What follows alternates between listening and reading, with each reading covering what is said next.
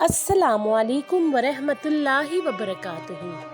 ناظرین کرام، میں ہوں گلبانو اور آپ دیکھ رہے ہیں میرا چینل عقیدت اسلام۔ ناظرین کرام، آج کی ہماری ویڈیو کا موضوع ہے حضرت آدم علیہ السلام کے دو بیٹے حابیل اور قابیل۔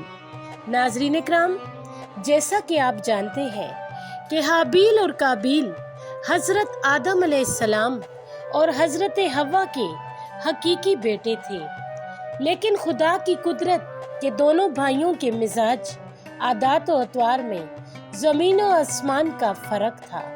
بڑا بھائی قابیل مزاجاً غصے کا تیز، بد زبان اور فطرتاً برائی کی جانب راغب تھا۔ حسد، بغض، سرکشی، تکبر اور انتقام کا جذبہ اس کی سرشت میں شامل تھا اور اس کا ذریعہ معاش کھیتی باڑی تھا، جبکہ چھوٹا بھائی حابیل نیک سیرت، متقی، پرہیزگار اور عاجز انسان تھا۔ وہ بھیڑ بکریاں چرایا کرتا اور فارغ وقت اپنے والد کی خدمت میں گزارتا۔ ناظرین کرام، قابیل شکل و صورت میں حابیل سے زیادہ خوبصورت تھا، جبکہ حابیل وجبی خند و خال کا مالک لیکن اپنے بڑے بھائی قابیل کے مقابلے میں زیادہ قوی و طاقتور تھا۔ ویسے تو والدین کو اپنے تمام بچے پیارے ہوتے ہیں اور وہ سب ہی سے محبت کرتے ہیں، لیکن حابیل کے مکار اخلاق، نیک سیرت، فرما برداری اور دیگر خصوصیات کی بنا پر حضرت آدم علیہ السلام چھوٹے بیٹے کو زیادہ پسند فرمایا کرتے اور اسے اپنا جانشین مقرر کرنا چاہتے تھے، جبکہ قابیل کی عادات بد کی وجہ سے اس کے متعلق متفکر رہتے اور اس کی اصلاح کی کوششیں بھی کرتے تھے۔ قرآن کریم نے حضرت آدم علیہ السلام کے ان دونوں صاحبزادوں کے نام لے کر مخاطب نہیں کیا، البتہ تورات میں ان کے نام حابیل اور قابیل بیان کیے گئے ہیں۔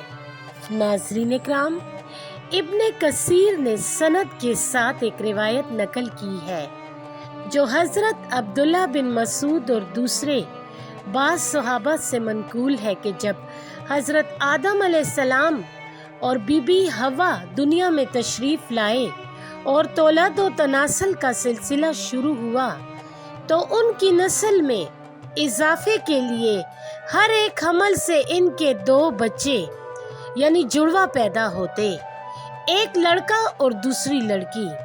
بہن بھائی ہونے کی وجہ سے ان کا آپس میں نکاح حرام تھا، چنانچہ اللہ تعالیٰ نے اس وقت کی ضرورت کے لحاظ سے شریعت آدم میں یہ خصوصی حکم جاری فرما دیا تھا کہ بی بی حوا سے تمام پیدا ہونے والے لڑکے اور لڑکی کا عقد دوسرے وقت میں پیدا ہونے والے تمام بچوں سے کر دینا جائز ہے۔ ناظرین کرام، اسی حکم کے مطابق قابیل اور حابیل کی شادی ہونا تھی۔ قابیل عمر میں بڑا تھا، اس کے ساتھ اس کی جو ہمشیرہ پیدا ہوئی وہ حابیل کے ساتھ پیدا ہونے والی ہمشیرہ سے بہت زیادہ حسین اور خوبرو تھی۔ جب نکاح کا وقت آیا تو حسب حکم حابیل کے ساتھ پیدا ہونے والی ہمشیرہ قابیل کے حصے میں آئی، لیکن چونکہ وہ خوبصورت نہیں تھی چنانچہ قابیل نے اس شادی سے انکار کر دیا۔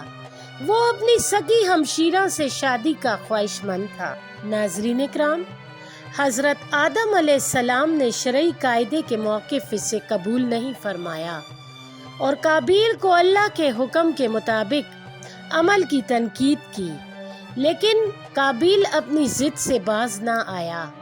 بڑا ہونے کی وجہ سے قابیل خود کو والد کا جانشین سمجھتا تھا، لیکن وہ حابیل کے تعلق سے والد کے خیالات سے واقف تھا۔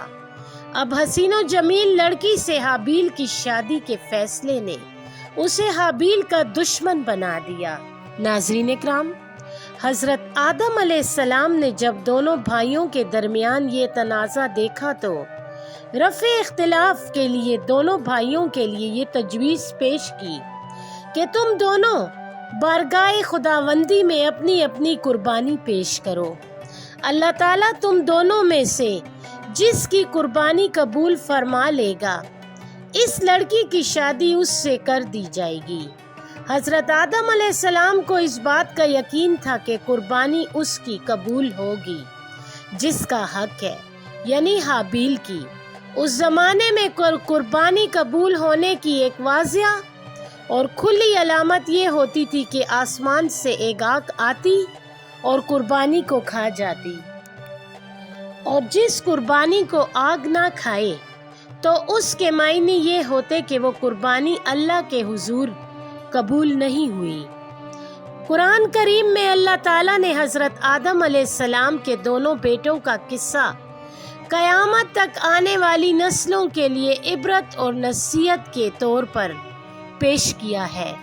अल्लाह ताला अपने महबूब रसूल सल्लल्लाहु अलैहि वसल्लम और आखिरी नबी आखिरी ज़मा को मुखातिब करते हुए फरमाता है, ए मोहम्मद सल्लल्लाहु अलैहि वसल्लम, आप इनको आदम के दोनों बेटों के हालात बिल्कुल सही सही पढ़कर सुना दे। जब इन दोनों ने नजराना पेश किया तो एक की न्यास तो कबूल हो गई और दूसरे की कबूल नहीं हुई, तो वो काबिल कहने लगा कि मैं तुझे कत्ल कर दूंगा। इस हाबील ने कहा कि अल्लाह परहेजगारों ही की नजर कबूल फरमाया करता है। अगर तू मुझे कत्ल करने के लिए मुझ पर हाथ चलाएगा तो मैं तेरे कत्ल की तरफ हरगिज हाथ नहीं बढ़ाऊंगा। मुझे तो अल्लाह रब्बुल आलमीन से डर लगता है। मैं तो चाहता हूँ कि तू मेरा गुनाह और अपने गुनाह दोनों अपने सर पर रख ले, फिर दोज़खियों में शामिल हो जा। जालिमों का यही बदला है। बस उसे इसके नफ्स ने अपने भाई के कत्ल पर आमादा कर दिया और उसने उसको कत्ल कर डाला और खसारा उठाने वालों में से हो गया। हजरत आदम अलैहिस्सलाम ने दोनों भाइयों को हुक्म दिया कि वो अल्लाह के हुजूर कुर्बानी पेश करें। इस असना में अल्लाह ताला ने हजरत आदम अलैहिस्सलाम को हज की अदायगी के लिए मक्का मुकरमा जाने का हुक्म फरमाया। हजरत आदम अलैहिस्सलाम काबिल की जानिब से मुतफिक्र थे, चुनाचा हज के सफर पर जाने से पहले आपने दोनों बेटों को बुलाकर नसीहत की कि बरगाह खुदावंदी से जो भी फैसला आए उसे दोनों भाई बखुशी कबूल करें और आपस में मिलजुल कर रहें। इस हिदायत और नसीहत के बाद हजरत आदम अलैहिस्सलाम मक्का मुकरमा के लिए रवाना हो गए। नाज़रीन इकराम, काबिल बाप की नसीहत की वजह से कुर्बानी देने पर आमादा हुआ था, चुनाचा दोनों ने कुर्बानियां पेश की। हाबील बकरियों वाले थे, चुनाचा इन्होंने एक निहायत उम्दा और खूबसूरत बकरी राय खुदा में कुर्बानी के लिए पेश की।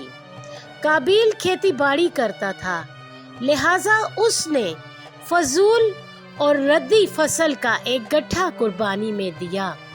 अल्लाह ने हाबील की कुर्बानी कबूल फरमाई, मगर काबिल की कबूल नहीं हुई। उस जमाने में कुर्बानी की कबूलियत की अलामत ये होती थी कि आसमान से एक शोला नीचे उतरता और वो कुर्बानी के लिए पेश की गई शय को जलाकर भस्म कर देता। इसका मतलब ये था कि अल्लाह ने कुर्बानी कबूल फरमाई। ये देखकर काबिल गज़बनाक हो गया और हसद की आग में जल कर बोला, मैं तुझे जान से मार डालूंगा। हाबील ने कहा, भाई जान, इसमें मेरा क्या कसूर है? ये तो अल्लाह ताला का वादा है कि वो सिर्फ अपने मुत्तकी बंदों की कुर्बानी कबूल फरमाता है।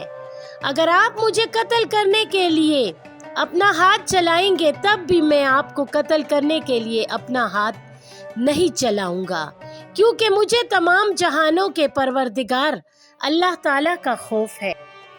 अगर आप इस इंतहा तक पहुंच जाएंगे कि मुझे कत्ल कर ही देंगे तो आप अपने गुनाहों के साथ साथ मेरी खताओं का बोझ भी अपने सर उठाएंगे। एक बेगुनाह इंसान को कत्ल करने वाला गोया मकतूल के तमाम गुनाहों का बोझ भी अपने सर उठा लेता है। इस तरह मेरे गुनाहों का वबाल भी आपके सर होगा और मेरे लिए तो ये कोई घाटे का सौदा नहीं है। अलबत्ता इस जुर्म की वजह से आप जहन्नमी हो जाएंगे। नाज़रीन इकराम, एक तरफ अल्लाह का खौफ, नेकी का जज्बा, खून का रिश्ता और दूसरी तरफ शैतानी तरगीब, हसद की आग और नफसानी ख्वाहिश की उकसाहट, और फिर बिला आखिर इस अंदरूनी कश्मकश में उसका नफ्स जीत ही गया और उसने भाई को कत्ल कर डाला, जिससे वो नुकसान पाने वालों में से हो गया। काबिल ने हाबिल को कैसे कत्ल किया? हजरत अब्दुल्ला बिन उमर रज़ी अल्लाह ताला अन्हो फरमाते हैं, खुदा की कसम, मकतूल हाबिल काबिल से ज्यादा ताकतवर था, लेकिन इसे हया और शर्म माइल रही कि अपने भाई की तरफ कत्ल करने के लिए हाथ बढ़ाए।